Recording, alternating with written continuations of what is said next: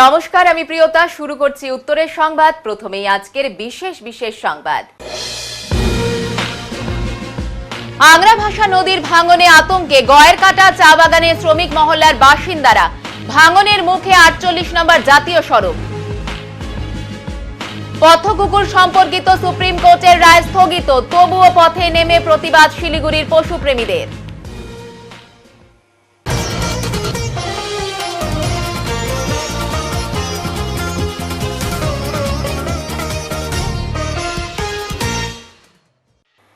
আংরা ভাষা নদীর ভাঙনে আতঙ্কে রয়েছে গয়েরকাটা চা বাগানের শ্রমিক মহল্লার বাসিন্দারা।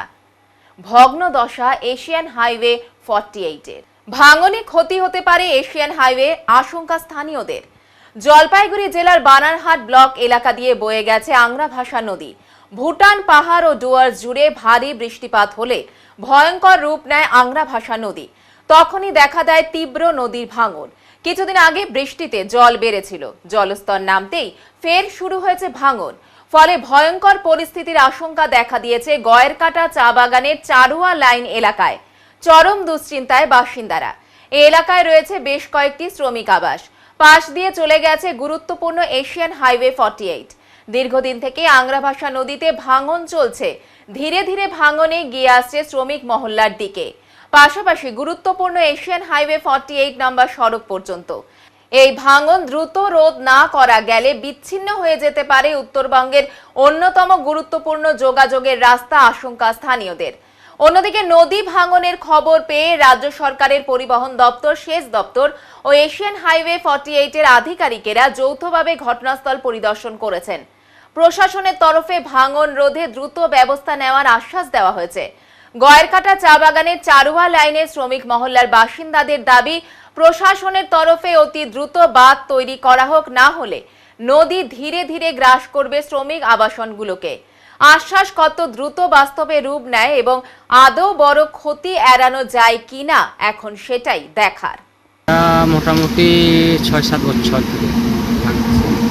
কি পরিস্থিতি তো এখন বাড়ির সামনে পৌঁছে গেছে ভাঙতে ভাঙতে। আমি খবর জানাইছিলাম, পঞ্চায়েতকে জানাইছি, তারপরে থানাও জানাইছি, প্রধানকে জানাইছি। এখানে দেখতে আসছিল, কয়েকদিন আগে দেখতে আসছিল, এখানে দেখে গেল খালি। কতটা এলাকা জুড়ে ভাঙন আছে এখন?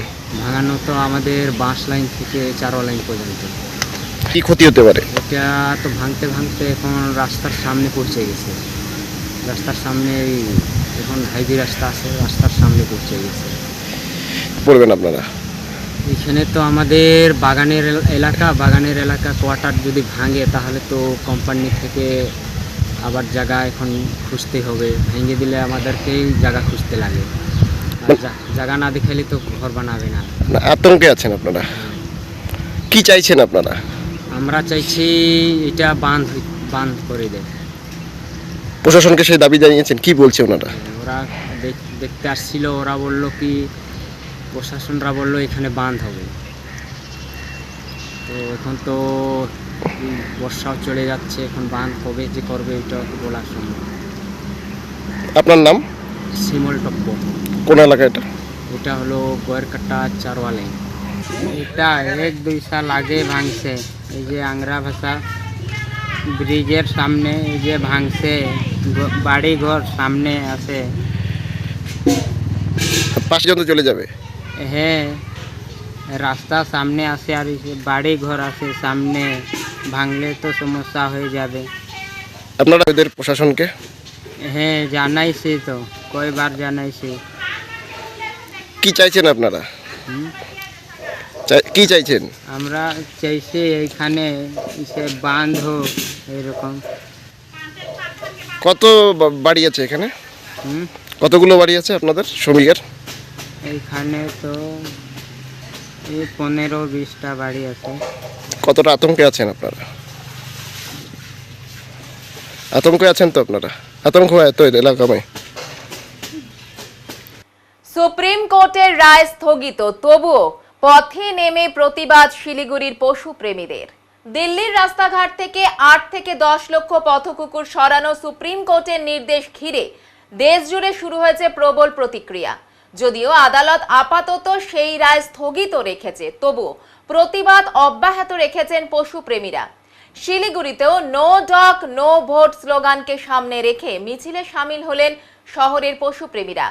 বাঘা যতীন ময়দান থেকে মিছিল শুরু হয়ে শেষ হয় শহরের প্রাণকেন্দ্র হাসমি চকে।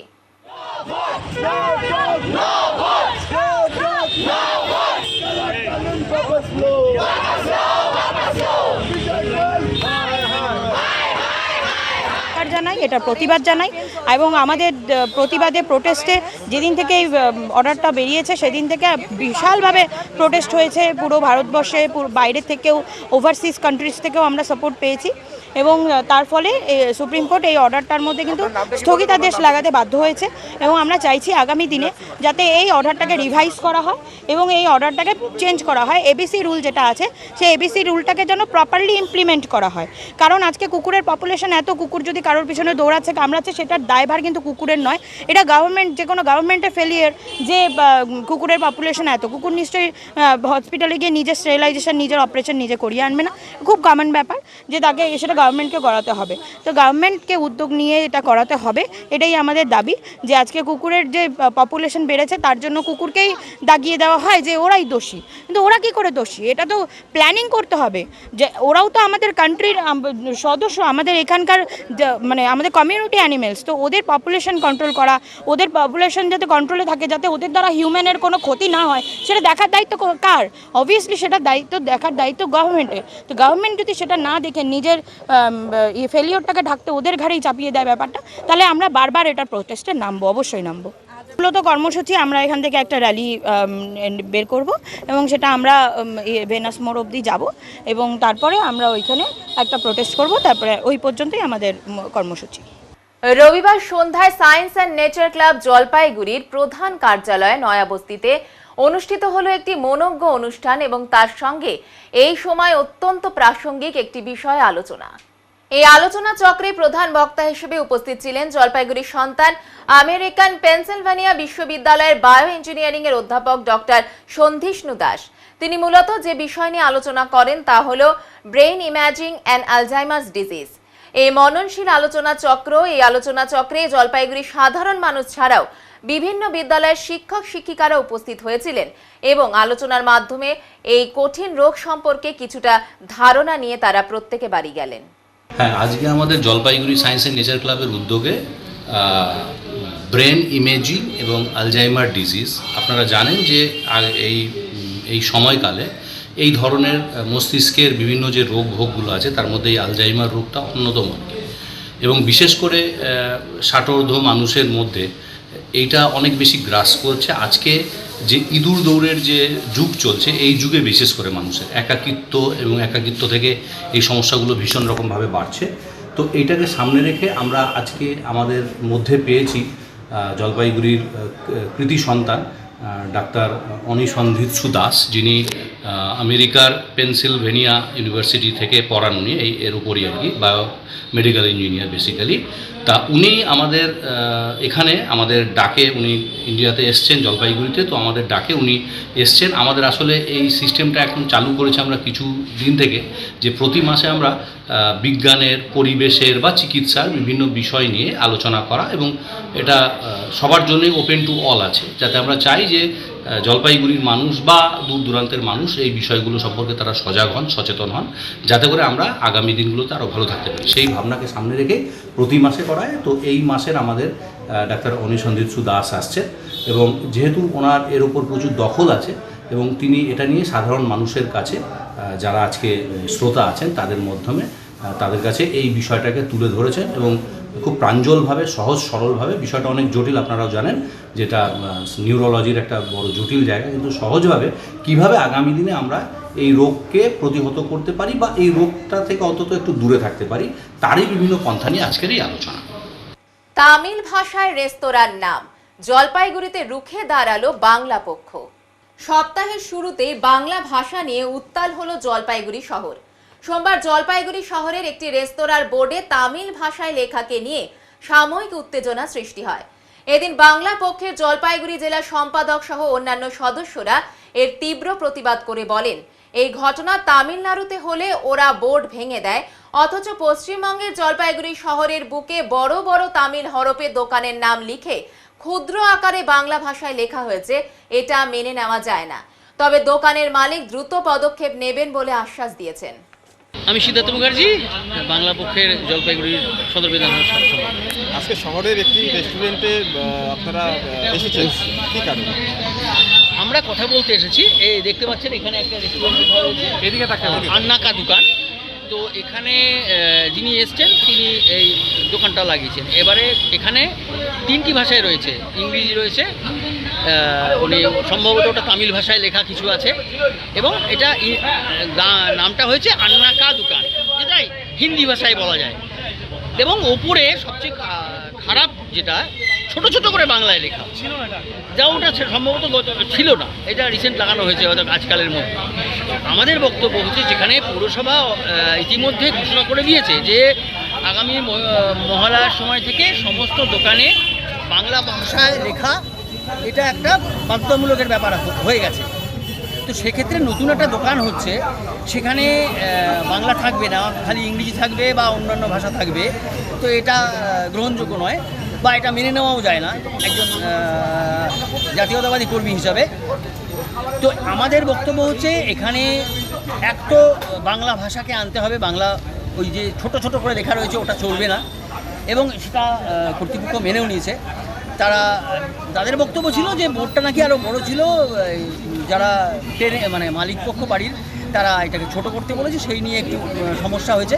তবে ওনারা মেনে নিয়েছে যে এটাকে বাংলাতে ওনারা করে দেবেন। তামিল থাকুক, ইংরেজি থাকুক, আমাদের কোনো তাতে আপত্তি নেই, কিন্তু বাংলা থাকতে হবে এবং তার নিজস্ব মহিমায় থাকতে হবে, বড় করে থাকতে হবে। যেমন আমার ফ্যাশন ওয়ার্ল্ড পাশেই রয়েছে, সেখানে সেটা বাংলায় রয়েছে একই। হ্যাঁ, ওটা এগ্রি করে গেছে। এর মধ্যে আমরা কোনো আমাদের এখানে দাদা আপনার নাম? আমার নাম অভিষেক মিত্র মজুমদার, বাংলা পক্ষের জেলা সম্পাদক। তো হ্যাঁ বলছি কি সমস্যা? আচ্ছা, এবার আমি বলি, এখানে একটা মানে এদিকে তাকাই বলে একটা তামিল লুক দেওয়া হয়েছে, ওই জন্য মানে তামিল ভাষা বা তামিলেই। কিন্তু আবার তামিলে এটাও চলে যে তামিলে মানে তামিলনাড়ুতে বা সাউথ ইন্ডিয়াতে যদি কোনো অন্য ভাষার লেখা হয়, ওরা গিয়ে কিন্তু সেটাকে ভেঙে দেয় বা তার মধ্যে কালো রঙ লাগিয়ে দেয়। এটা আমরা সাউথ ইন্ডিয়াতে থেকে অভ্যস্ত, কিন্তু আমরা সেই পথে যাচ্ছি না। সিদ্ধার্থদা আমাদের বিধানসভা সম্পাদক সেটা বললো, আমাদের যে মালিক ওনার সাথে কথা হলো, উনি আমাদের সাথে এগ্রি করলেন, ওটা হয়তো আজকের মধ্যে সমস্যা মিটে যাবে। তো আমাদের কথা এইটুকুই যে যেটা তামিলনাড়ুতে স্বাভাবিক, মানে ওদের রাজ্যে যেটা স্বাভাবিক, তো আমরা সেটাই দাবি করছি, সেটা যেন এই রাজ্যে স্বাভাবিক হয়। মানে বাংলা ভাষা যাচ্ছে না, বাংলা ভাষা সব থেকে উপরে থাকবে, সব থেকে বড়োভাবে থাকবে। প্রথম অবস্থায় এটা বাংলাও ছিল না, তারপর পৌরসভা বলার পর বাংলায় লিখেছে। পৌরসভা থেকে অলরেডি একটা মানে একটা ডিক্লারেশন হয়েছে যে জলপাইগুড়ির সমস্ত শপিং মল বা যে কোনো কিছুতে বাংলা লিখতেই হবে। এটা ইমপ্লিমেন্ট হবে হচ্ছে মহালয়ার দিন সকালবেলা থেকে, মানে ভোর থেকে, এই শুভলগ্ন থেকে এটা শুরু হবে। তো তারপরে তো এগুলো এমনিও ভাঙতে হবে, সেটা পৌরসভা প্রশাসনিকভাবে করবে। কিন্তু আজকে আমাদের এখানে আসার কারণ একটাই, যে ওই যে উপরে যেটা আছে লেখা বাংলারটা, প্রথম কথা ওটা তো মানে ছিল না, ওটা তো মানে দেখলে বোঝা যাচ্ছে ওটাকে পরে অ্যাড করা হচ্ছে। আমাদের কাছে সেই প্রমাণও আছে যে ওটা নেই। জলপাইগুড়ির মাননীয় পৌরমাতাও এটা নিয়ে চিন্তিত, তিনিও একটা মানে এটা এটার মানে আমাদের পক্ষেই মানে ওনারও মতামত। তো এই সমস্ত কিছুর মধ্যে দিয়ে আমরা আজকে এসেছিলাম, কালকে ওনার উদ্বোধন। আমরা চাই না যে কোনো একটা বিশৃঙ্খলার মধ্যে দিয়ে ওনার ব্যবসা শুরু হোক। পশ্চিমবঙ্গে উনি এসেছেন অতিথি, ব্যবসা করুক, কিন্তু যেটা ওদের রাজ্যে স্বাভাবিক আমরা সেটুকুই দাবি করছি, সেটা যেন আমাদের রাজ্যে স্বাভাবিক হয়। ঠিক। ফের একবার মানবিকতার নজির গড়ল জলপাইগুড়ি ট্রাফিক পুলিশ। রাস্তায় কুড়িয়ে পাওয়া ৬,০০০ টাকা যথার্থ মালিকের হাতে তুলে দিলেন ট্রাফিক পুলিশ অফিসার। সোমবার দুপুরে শহরের ব্যস্ত পোস্ট অফিস মোড়ে ঘটে এই ঘটনা।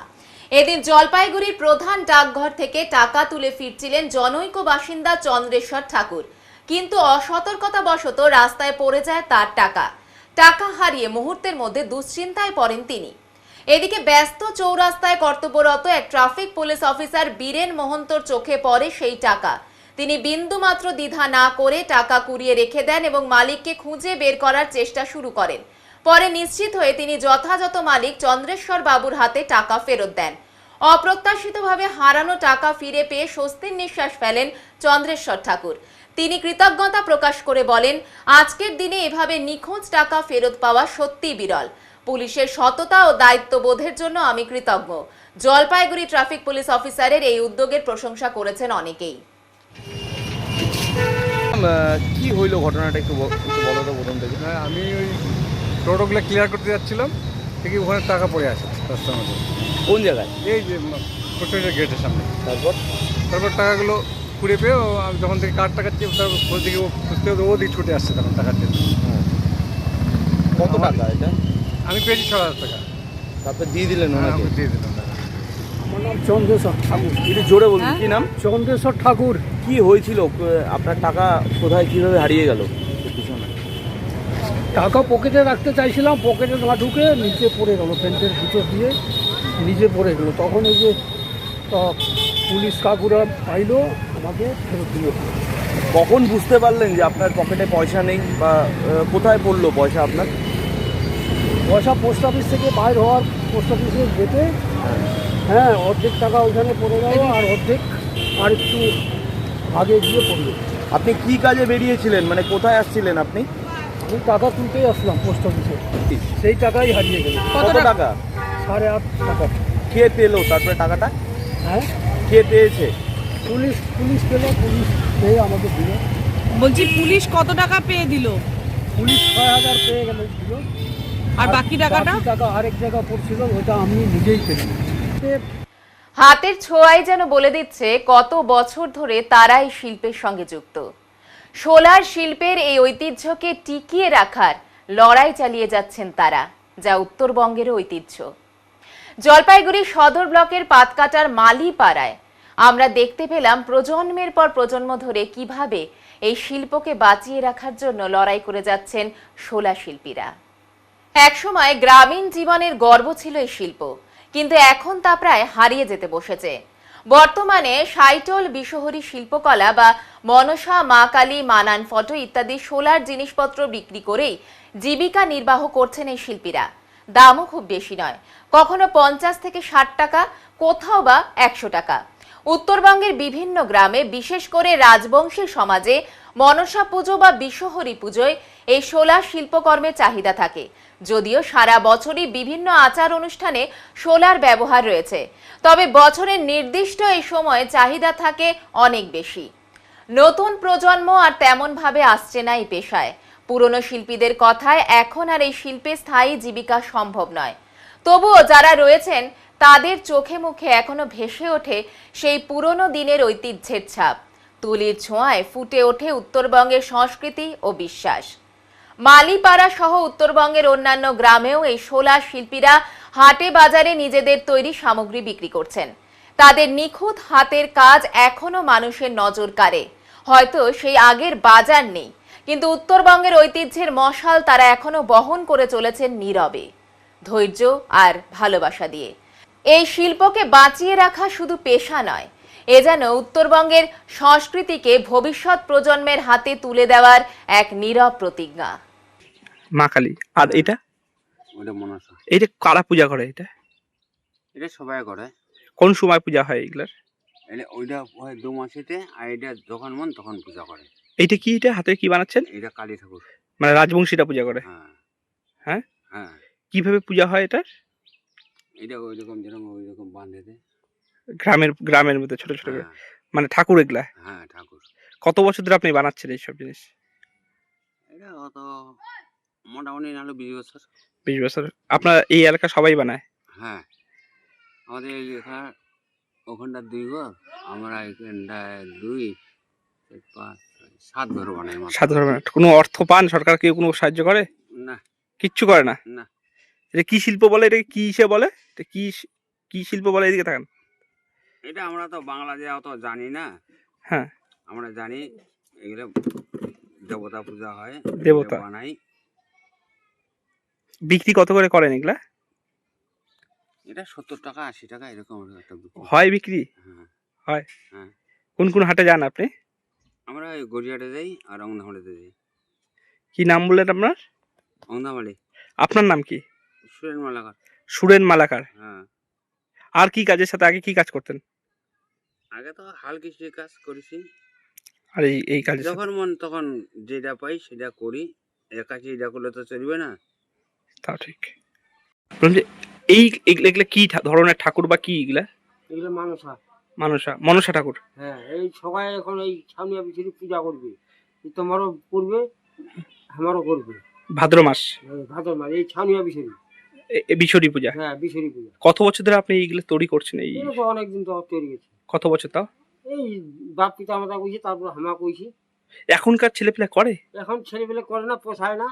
কত করে বিক্রি করেন এগুলা? 50 টাকা বিক্রি হয়, এগুলো কি পোষায়? সেদিনে হয়, না হলে নাই। সেজন্য আপনার এই মাছ বসা, এই মাস বসা এই শান ভাদর, এই আষাঢ় শান ভাদর এগুলো বসা। কারা পূজা করে এগুলো? দেউসি মহান মানে রাজবংশী সম্প্রদায়ের জন্য। হ্যাঁ, ওই অধিকারী।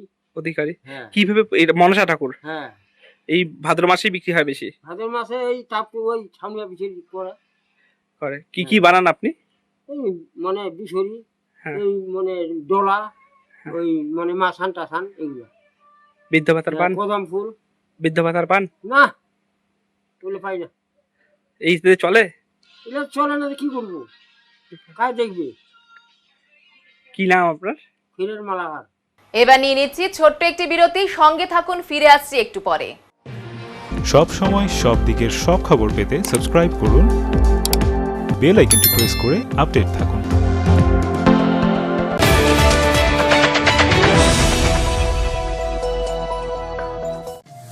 শহরের থানা মোড়ে দীর্ঘ 15 বছর ধরে নয়ন অপটিক্যাল জলপাইগুড়িবাসীকে দুজন বিশিষ্ট চিকিৎসকদের দ্বারা চোখের চিকিৎসা পরিষেবা দিয়ে চলেছে প্রতিনিয়ত। এখানে উন্নত মানের কম্পিউটার দ্বারা চক্ষু পরীক্ষা করে চোখের বিভিন্ন সমস্যা নির্ণয়, চোখের পাওয়ার মাপা, চোখের প্রেসার মাপা হয়। এছাড়াও এখানে রয়েছে ন্যায্য মূল্যে নিত্য নতুন ডিজাইনের চশমার ফ্রেম, গ্লাস এবং সানগ্লাস। তাই বাচ্চা থেকে বয়স্করা চোখের যে কোনো সমস্যা অথবা চশমার প্রয়োজন আজই চলে আসুন নয়ন অপটিক্যাল থানা মোড়, জলপাইগুড়ি। Phone number 9932208885।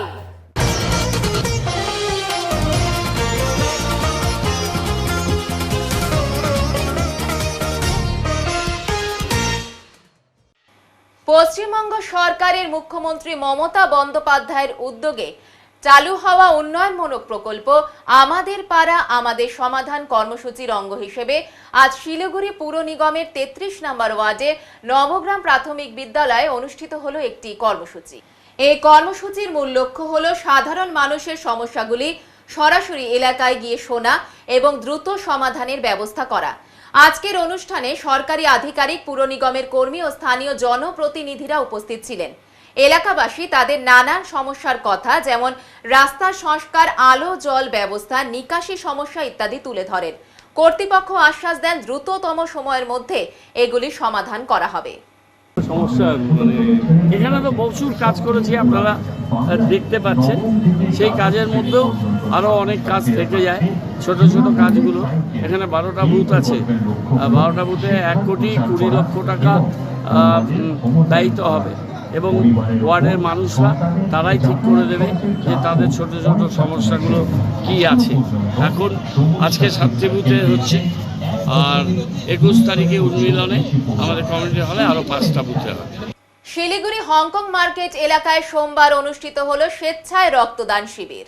প্রতি বছরের মতো এবছরও হংকং মার্কেট, হংকং প্লাজা ও অন্যান্য প্লাজার ব্যবসায়ী সংগঠনের উদ্যোগে এই শিবিরের আয়োজন করা হয়। শিবিরটির পরিচালনার দায়িত্বে ছিলেন শিলিগুড়ি তরাই লায়ন্স ব্লাড সেন্টারের চিকিৎসক ও প্রতিনিধিরা। আয়োজকদের পক্ষ থেকে জানানো হয়েছে, রক্তের জরুরি প্রয়োজনে যেন যে কেউ সাহায্য পেতে পারেন, সেই মানবিক উদ্দেশ্য নিয়েই এই রক্তদান শিবিরের আয়োজন করা হয়েছে। এদিনের রক্তদান শিবিরে শুধু ব্যবসায়ী সংগঠনের সদস্যরাই নয়, এলাকার বহু মহিলা এবং সাধারণ মানুষও স্বতঃস্ফূর্তভাবে অংশ নেন। আয়োজকদের তরফে জানানো হয়, এবছরের শিবির থেকে প্রায় 300 ইউনিট রক্ত সংগ্রহ করার লক্ষ্যমাত্রা নেওয়া হয়েছে। স্থানীয় মানুষদের সহযোগিতা উৎসাহ দেখে আয়োজকরা আশাবাদী সহজেই সেই লক্ষ্যমাত্রা পূর্ণ হবে। রক্তদাতাদের হাতে স্মারক ও সনদপত্র তুলে দেওয়া হয়, পাশাপাশি রক্তদানের গুরুত্ব প্রয়োজনীয়তা সম্পর্কে সচেতনতা ছড়িয়ে দেওয়া হয়। সামাজিক দায়বদ্ধতার এই উদ্যোগে অংশগ্রহণকারীরা জানিয়েছেন, রক্তদান মহৎ কাজ এবং এর মাধ্যমে অনেক প্রাণ রক্ষা করা সম্ভব। সেক্রেটারি হিসাবে আমাদের যে রক্তদানটা এত বছর হলো চলছে, এটা খুব ভালোভাবে আমরা করি। এটা পরিবার মারা যাওয়ার আগের থেকেও আমাদের এটা চলছে। আমাদের এই হংকং প্লাজা, হংকং মার্কেট সবাই মিলে আমরা এটা কত বছর, মোটামুটি 14-15 বছর ধরে আমরা এটা করে আসছি কন্টিনিউ। আমাদের ব্লাড প্রায় 300 ইউনিটের উপরে ওঠে দিই। কোথায় দিচ্ছেন? এটা তরাই ব্লাড ব্যাংকে আমরা এটা যাচ্ছে। তেরাই ব্লাড। মহিলা কতজন? মহিলা মোটামুটি 50-60 জন আমাদের মহিলা মার্কেটেরই আছে, এরা দিচ্ছে। 300 টার্গেট, 300 আমাদের ফিল হয়ে যায় প্রত্যেক বছরই। কি বার্তা দেবেন শিলিগুড়ি শহরে যে ব্লাডের যে আজকের যে অভাব অনটনের মধ্যে রয়েছে দেখা যাচ্ছে, কি বার্তা দেবেন? বার্তা বলতে বিশেষ রক্ত দিয়ে তো রক্তদান দেওয়া তো এটা তো সবার জন্যই, মানে যাদের জন্য আমরা দেবো তাদের জন্য তো সবারই ভালো। আমরা এটাই চাই যে লোকে আরও বেশি করে আসুক, যাতে আমাদের এই এটাকে আরও 300 থেকে আমরা আরও বেশি করতে পারি। এর জন্য লোককে আরও ধন্যবাদ।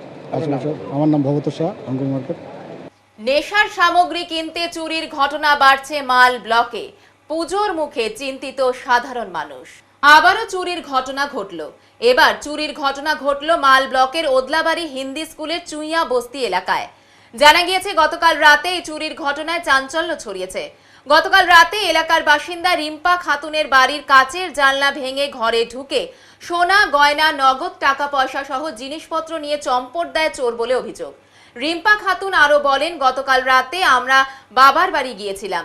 রাতে বাড়ি ফিরে দেখি ঘরের পেছনের জানলা ভাঙা, ভেতরে ঢুকে সমস্ত জিনিসপত্র লণ্ডভণ্ড করে নিয়ে গিয়েছে। নগদ 50,000 টাকা আলমারিতে রাখা ছিল, সেই টাকা সহ সোনার অলংকার নিয়ে পালিয়ে যায় চোরের দল। স্থানীয় বাসিন্দাদের অভিযোগ, এলাকায় দিন দিন মাদকাসক্তির প্রবণতা বাড়ার জেরেই চুরির মতো অপরাধের সংখ্যা বৃদ্ধি পাচ্ছে। তাদের দাবি, পুলিশ প্রশাসন যেন দ্রুত কড়া পদক্ষেপ নেয় এবং নেশা রুখতে কার্যকর ব্যবস্থা গ্রহণ করে। ইতিমধ্যে মালবাজার থানায় অভিযোগ করে বাড়ির লোকজন। পুলিশের পক্ষ থেকে হিন্দি স্কুল এলাকায় এসে সমস্ত বিষয়টি খতিয়ে দেখা হয়েছে। আমি তো সকালবেলা বাবার বাড়িতে গেছি, আর সেখান থেকে বাবা বলতেছে আজকে যাইতে লাগবে, ওখানটায় ছিলাম। তো আমি বাবার বাড়িতে গেলে রাত্রে এখানটা আর বাবা মা আসে, এখানে থাকে। তা এখানে 10টার সময় আসছিল, আর তার আগে 8টা বা 9টার দিকেই মানে চুরি করে নিয়ে গেছে। এসে দেখতেছে জানলার কাচ ভেঙে, মানে যেখানে আমার হচ্ছে সোনা গয়না ছিল, আবার ছেলের ছিল, টাকা ছিল, মোবাইল ছিল, ওগুলো চুরি করে নিয়ে গেছে। আর সব জিনিস একদম উল্টা পাল্টা এভাবে রেখে গেছে। আর হচ্ছে এখানে হচ্ছে এত নেশা বেড়ে গেছে যে নেশার জন্য মানে এরকম হচ্ছে। তো এই নেশাটা এখন মানে যেভাবে হোক, আজকে আমার চুরি হচ্ছে আর কোনোদিন হয়তো আরও কারো হবে, এরকম তো অনেক বাড়িতেই চুরি হয়েছে। হ্যাঁ, তো এইভাবে নেশাটা বন্ধ করে, এই যে পুলিশ নিয়ে যাচ্ছে ছেড়ে দিতেছে, এভাবে তো এইভাবে এটা বন্ধ করতে হবে। আর নাহলে আজকে কি থানায় কি কমপ্লেন করেছেন? হ্যাঁ, থানায় কমপ্লেন করে পুলিশ আসছে, পুলিশ এসে করে নিয়ে গেল। পুলিশ কি আশ্বাস দিল? কি আশ্বাস দিল? কি পুলিশ বললো যে ধরবে, এগুলাই বললো। আচ্ছা, তোমার নাম? আমার নাম রিম্পা খাতুন। কোন জায়গা এটা? এটা হচ্ছে 6 নম্বর ওদলাবাড়ি 6 নম্বর চুয়া বস্তি। আমি 10টার সময় আসলাম রাত, আইসা দেখি বাড়ির তালা খুললাম, খুলে দেখি খিড়কি ভাঙ্গা, সীসা ভাঙ্গা, ওরা খিটকিনি খুলে ঘরে ঢুকে আলমারি ভাঙ্গা, টাকা 50,000 আর সোনা কিছু নিয়ে গেছে। থানায় কি কমপ্লেন করেছেন? থানায় কমপ্লেন করছিলাম, আলতাফ স্যার আসলে ইনকোয়ারি করছি। কি কারণে এই চুরিটা বাড়ছেন? ওই যে আমাদের এই গ্রামে বেশি ব্রাউন সুগারের, এরা এই ব্রাউন সুগার খেয়ে এই কাজ করছে, সন্ধ্যাবেলা দিনে যাক টাকা পয়সা নেশাটা বেশি হয়ে গেছে। টাকা পয়সার জেরে এই চুরিগুলো চুরি করতে হয়। এটা কি প্রথমবার এই বাড়িতে, না আরো অনেক জায়গায়? প্রথমবার অনেক জায়গা হয়েছে। এরা থানা কমপ্লেন করে, আমি থানা কমপ্লেন করলাম যে এদের উচিত শিক্ষা দেওয়া হোক। এখন অবধি জানা যায়নি কে আসছে? না। আপনার মানে কার বাড়ি? মেয়ের বাড়ি? মেয়ের বাড়ি। মেয়ে আপনাদের বাড়িতে গতকালকে গিয়েছিল? গতকাল ওই আসার পথে দেখে সব জিনিস লন্ডভন্ড সব। কি চাচ্ছেন প্রশাসনের কাছে? প্রশাসনকে বলছি যে আপনারা এদের ব্যবস্থা নেন, এদেরকে এই ধরনের যেন আর না হয়। আপনার নাম? আমার নাম আমিনুর রহমান। কোথায় বাড়ি? বাপি। কোথায় বাড়ি এটা? এটা হচ্ছে চুইয়া বস্তি। ওদলাবাড়ি গ্রাম পঞ্চায়েতের ওদলাবাড়ি চা বাগানে অনুষ্ঠিত হলো রাজ্য সরকারের আমাদের পাড়া আমাদের সমাধান কর্মসূচি। এই শিবিরে ব্যাপক সংখ্যক মানুষ অংশগ্রহণ করেন এবং তাদের এলাকার সমস্যা এবং চাহিদার কথা তুলে ধরেন প্রশাসনিক আধিকারিকদের কাছে। গ্রাম পঞ্চায়েতের উপপ্রধান তজরুল হক জানান, এটি ওদলাবাড়ি গ্রাম পঞ্চায়েত এলাকায় এই কর্মসূচির 3য় পর্ব। তিনি বলেন, প্রতিটি বুথ এলাকায় 10 লক্ষ টাকা করে বরাদ্দ করা হয়েছে। সেই অর্থ কোন কাজে খরচ হবে তা স্থানীয় বাসিন্দারাই সিদ্ধান্ত নেবেন, যাতে এলাকার সামগ্রিক উন্নয়ন নিশ্চিত করা যায়। এই শিবির থেকে বিভিন্ন সরকারি পরিষেবা সরাসরি মানুষের হাতে তুলে দেওয়ার ব্যবস্থাও করা হয়েছে, যেমন রেশন কার্ড, বৃদ্ধ ভাতা, বিধবা ভাতা, লক্ষ্মীর ভান্ডার সহ একাধিক সামাজিক সুরক্ষা প্রকল্পের সুবিধা প্রদান করা হয় এই ক্যাম্প থেকে। উপপ্রধান আরও জানান, এই উদ্যোগের মূল লক্ষ্য হলো প্রশাসনকে মানুষের দোরগোড়ায় পৌঁছে দেওয়া এবং তাদের সমস্যা সরাসরি শুনে দ্রুত সমাধানের ব্যবস্থা করা। এখানে হচ্ছে আজকে আমাদের পাড়া আমাদের সমাধান, আমাদের মাননীয় মুখ্যমন্ত্রীর মানে স্বপ্নের প্রকল্প যাকে বলি, তিনি ঘোষণা করছেন প্রতিটা বুথে হচ্ছে 10 লক্ষ টাকা করে পাড়ার লোকে ঠিক করবে যে কি কাজ হবে সেই এলাকায়, কি উন্নয়নটা হবে। এইটারই আজকে হচ্ছে 3য় দিনের কাজ হচ্ছে আমাদের উদলাবাড়ি গ্রাম পঞ্চায়েতের পক্ষ থেকে। তো এখানে কি কি সিস্টেম আছে? এইখানে হচ্ছে মূলত যেটা মুখ্যমন্ত্রী বলছেন যে প্রথম হচ্ছে পাড়ার সমাধান, যে নিজের পাড়া কী কাজ হবে।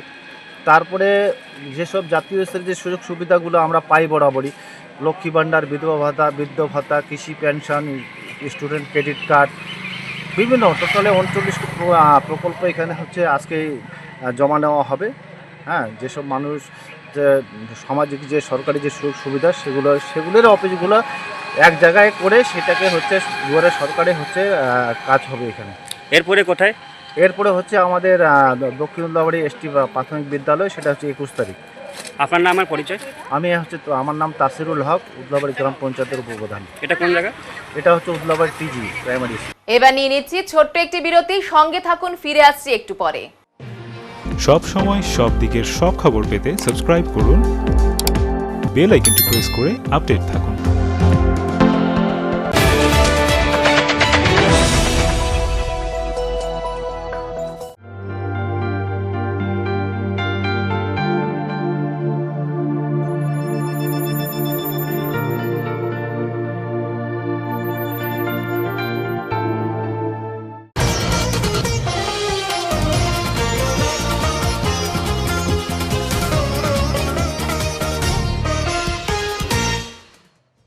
জলপাইগুড়ি জেলার ধূপগুড়ি ব্লকের প্রত্যন্ত এলাকা খট্টিমারিতে অনুষ্ঠিত হলো রাজ্য সরকারের আমাদের পাড়া আমাদের সমাধান প্রকল্প। সোমবার খট্টিমারি উচ্চতর মাধ্যমিক বিদ্যালয়ে আয়োজিত এই কর্মসূচিতে উপস্থিত ছিলেন ধূপগুড়ির বিধায়ক নির্মল চন্দ্র রায়, ধূপগুড়ি ব্লক সমষ্টি উন্নয়ন আধিকারিক সঞ্জয় প্রধান, জেলা পরিষদ সদস্য মমতা বৈদ্য সরকার সহ জেলা, ব্লক ও স্থানীয় স্তরের নেতারা। এদিন বৃষ্টিকে উপেক্ষা করে বহু সাধারণ মানুষ ভিড় জমান বিদ্যালয় প্রাঙ্গণে। তারা সরাসরি নিজেদের নানান সমস্যা তুলে ধরেন কর্মসূচির বিভিন্ন স্টলে। বিদ্যুৎ বিভ্রাট থেকে শুরু করে রাস্তাঘাট, পানীয় জল, স্বাস্থ্য পরিষেবা ও শিক্ষার নানা সমস্যা তুলে ধরেন গ্রামবাসীরা। সত্যি কথা বলতে কি, আমরা এই যে আমাদের পাড়া আমাদের সমাধান, এটা কিন্তু দুর্দশ আমরা সাড়া পাচ্ছি, দারুণভাবে সাড়া পাচ্ছি। গ্রামের মানুষ ওরা খুবই ইন্টারেস্টেড, ওরা নিজেরাই এসে নিজেরাই তাদের কী কী সমস্যাগুলো বলছে এবং সমাধানটা ওরাই দিচ্ছে, যে ওরা কোন রাস্তাটা নেবে বা কোন কাজটা ওরা আগে করবে, কোন ড্রেনটা নেবে বা কোনো মুক্তমঞ্চ করবে কিনা, এভাবে। তো আমরা আমাদের গ্রামের দিকে যতগুলো আমি ঘুরলাম এর শুরু থেকে আমার ভালো সাড়া পাচ্ছি। স্যার, এই যে আমরা সাধারণ মানুষের কথা বলে যেমনটা জানতে পারছি যে ম্যাক্সিমাম জিনিস যা বোঝা যাচ্ছে যে প্রকল্প এত বেশি হয়ে গেছে, প্রকল্প দেওয়ার মতো লোক পাওয়া যাচ্ছে না। আপনারা যে কাজটা হচ্ছে, যে ধরনের কাজ হচ্ছে, যে ধরনের কাউন্টার যতগুলো খোলা রয়েছে, সে কাউন্টারের লোক নেই, সবার কাছে প্রকল্প পৌঁছে গেছে ইতিমধ্যেই। না, তবু মানুষ আসছে। এখন কি হয়েছে, যেগুলো বড় যেগুলো কাজ আর কি আমাদের গ্রাম বাংলায় আমাদের সরকার সেগুলো কিন্তু করেছে।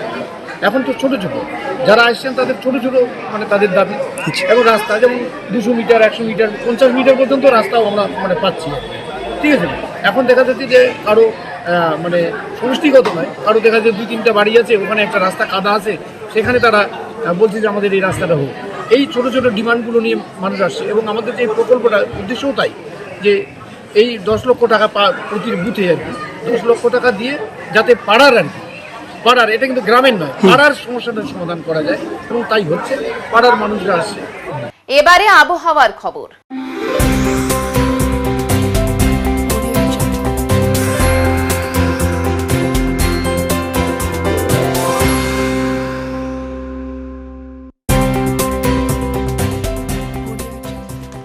কেন্দ্রীয় আবহাওয়া দপ্তরের উত্তরের জলপাইগুড়ি কেন্দ্র থেকে পাওয়া তথ্য অনুযায়ী সোমবার দিনের সর্বোচ্চ তাপমাত্রা ছিল 34.8 ডিগ্রি সেলসিয়াস ও সর্বনিম্ন তাপমাত্রা ছিল 27.4 ডিগ্রি সেলসিয়াস। শেষ করবার আগে আজকের বিশেষ সংবাদ আরো একবার। আংরাভাষা নদীর ভাঙনে আতঙ্কে গয়েরকাটা চা বাগানের শ্রমিক মহল্লার বাসিন্দারা। ভাঙনের মুখে 48 নম্বর জাতীয় সড়ক। পথকুকুর সম্পর্কিত সুপ্রিম কোর্টের রায় স্থগিত, তবুও পথে নেমে প্রতিবাদ শিলিগুড়ির পশুপ্রেমীদের। উত্তরের মন পরিবেশিত উত্তরের সংবাদ এখনকার মতো এই পর্যন্তই। নমস্কার।